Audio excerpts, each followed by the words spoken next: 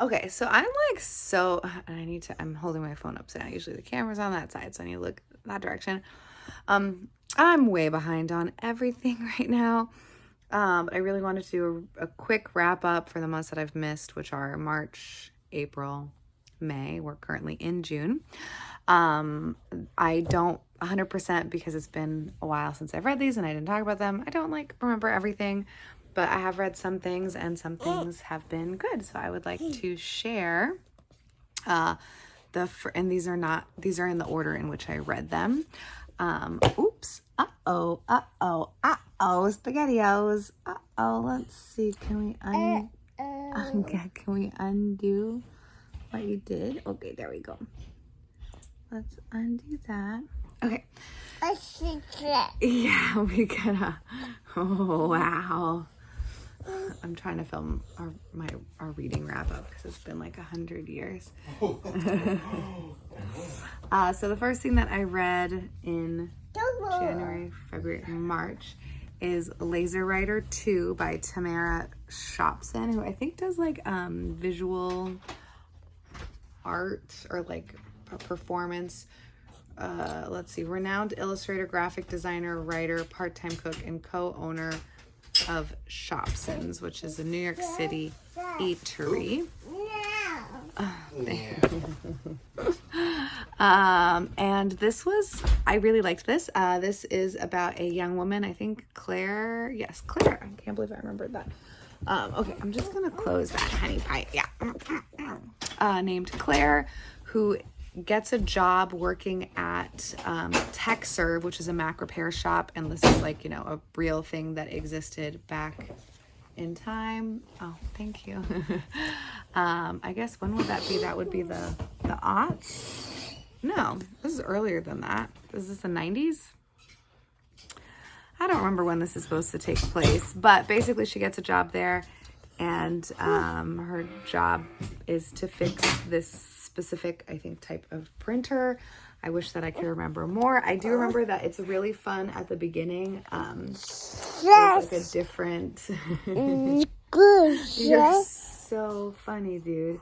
But it basically, like, the book puts itself in a timeout to give you background of TechServe and, like, the history of TechServe, which I thought was really fun.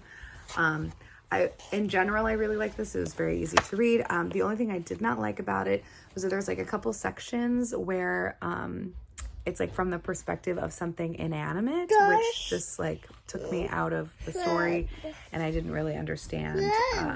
But in general, I thought it was really good. There's like a thing that she does that is like a mistake. And her describing it and everything is so much anxiety. Please don't press a button, baby. I can't edit right now. Oops. Anyway, she does like this pretty big mistake, and the anxiety of like finding out if she's gonna get caught or not like really, really stressed me out. So I thought it was really well written.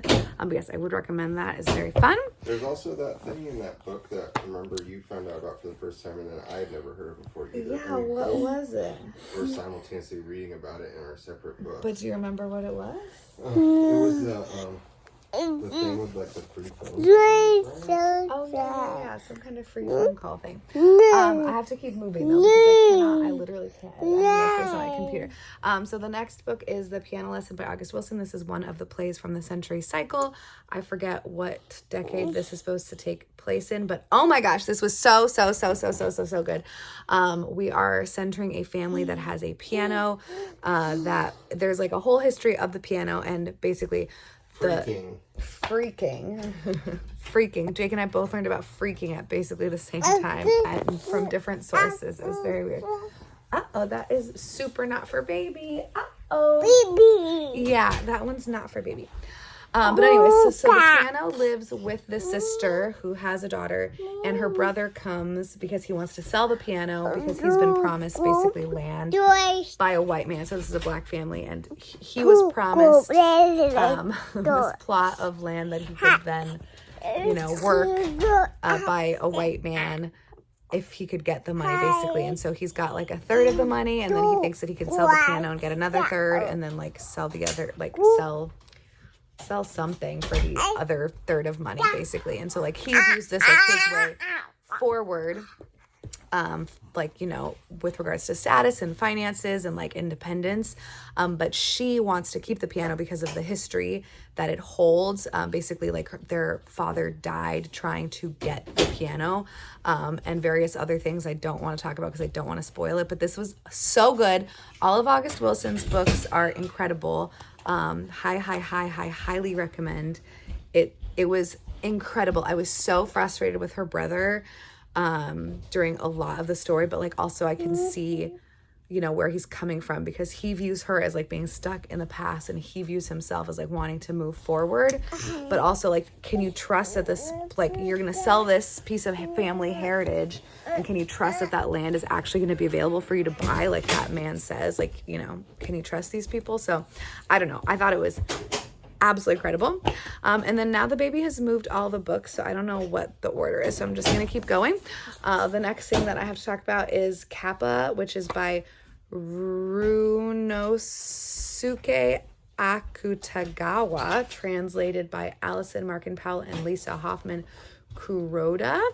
And this is I don't even remember. I mean, I remember like the plot, but now I'm looking at the back and I'm like, oh, it's narrated by patient number 23, who's a madman in a Japanese lunatic asylum, which I forgot about, and is, I think, part of the reason why I like this so much, because I love stories that are told like from, like, there's more to the narrative than just like, this is the narrative. It's like someone is telling you something. I really, really like that. Or like the context in which the information is being divulged is slightly interesting. So this guy is in an insane asylum because he says that he was like kidnapped or something. Yeah, so it's basically like a white Alice chasing the white rabbit. So he spots a Kappa and then chases it and then ends up in the world of the Kappas and, like, you know, has this whole adventure. I don't remember anything about the adventure. But yeah, there's parallels to Japanese customs around morality, justice, economics, and sex. When he returns to Japan, he is disgusted by humanity. So, and he pines for his Kappa friend. So I do remember that this, I thought, was really, really funny and a good story. And it's a quick little shorty, so can't complain about that. I think this is probably New Directions. Yeah, you can just tell when you look at the book that it's a New Directions. Highly recommend. Super fun, ridiculous. Then we've got Haruki Murakami manga stories. This is, I guess it's 4 stories. Super Frog Saves Tokyo, Where I'm Likely to Find It, Birthday Girl, and The Seventh Man. This says it's adapted by Jean-Christophe Devenier, and illustrations are by PMGL. I don't know who the translator is. I tried to look it up, but I couldn't find anything. So I don't know if it's just like they took the translated versions and then made these into stories and didn't bother to write down the translators. I have no idea. But what I do know is that the art in this isn't super great. The stories are fine. Honey Pie, this is really not a good time. I know. You're okay, baby. I know, you're okay. Something about the artwork. So the art is fine, but what bothers me is like the difference between the text and the artwork. Like the text is super crisp and weird, and the artwork is not. And Jake was saying that lately, because, you know, Jake works for a comic book company, that the text is probably like put in. Oh my gosh, baby, now is not a good time. That is so awkward. That it's probably put in digitally, whereas the artwork is, you know, like drawn, or maybe it's also drawn digitally, but I don't know. It's just like the drawing and the text just don't like mesh to me, especially on this specific story, which is Where I'm Likely to Find It. But yeah, they were fine. This is a series, and I'm going to get the rest of them. It's definitely not my favorite Murakami that I've consumed, but I'm a sucker for him, and I'll read everything that he does. Then we have Walter Mosley, 6 Easy Pieces. So this is like book... Baby, please. I know. Is there anything else that you could do besides try to get inside my top? Oh dear. I don't know which number this is in the Easy Rollins series. It's like 8 or 9. And I haven't really read any other books in this series that I can recall. I read another book in a different series that he did. So maybe this is a weird place to start. First of all, I'm going to complain. There's 7 short stories in here and not 6, which is kind of annoying to me. Like, change the title or ditch a story. I think it's because the 6 first stories are like from different books or something, and then the 7th one is new to this book. The 7th one was my favorite though. What was it called? Amber Gate. It was my favorite one. It was pretty upsetting. I will say in general, I don't know if I love Walter Mosley's depiction of women or his views on women. I had like written down pages where he said specific things about women, but she was around 35, but still had the bloom of youth to her face and figure. It was a nice figure, but her deep green dress played it down. Like, you know. But the sinuous motion of her turn revealed the sensual woman that lived underneath her clamped down style. I don't know. There's just like a lot of stuff, like mentions of women's like bodies and stuff that I'm just like not a huge fan of. And like it felt kind of outdated, like it was written in the 90s, but I don't think this was. Honey Pie. It might have been written in the aughts though, but it just like, it feels, oh my God, dude, what's up? Do you want to look at yourself again? Will that make you be less cray cray? No.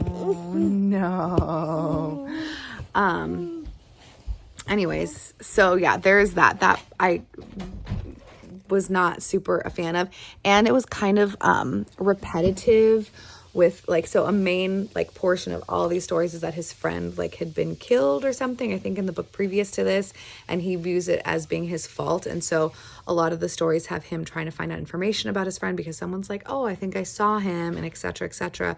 And so it's just like kind of repetitive. Like clearly these were not all meant to be in one book together is the vibe. I don't know if that's true or not, or if that's just how he writes, because again, this is the only thing that I've read. Well, this is the only thing from the series that I've read. But yeah, and the last one was so good and so upsetting. The whole book was worth it for that one story.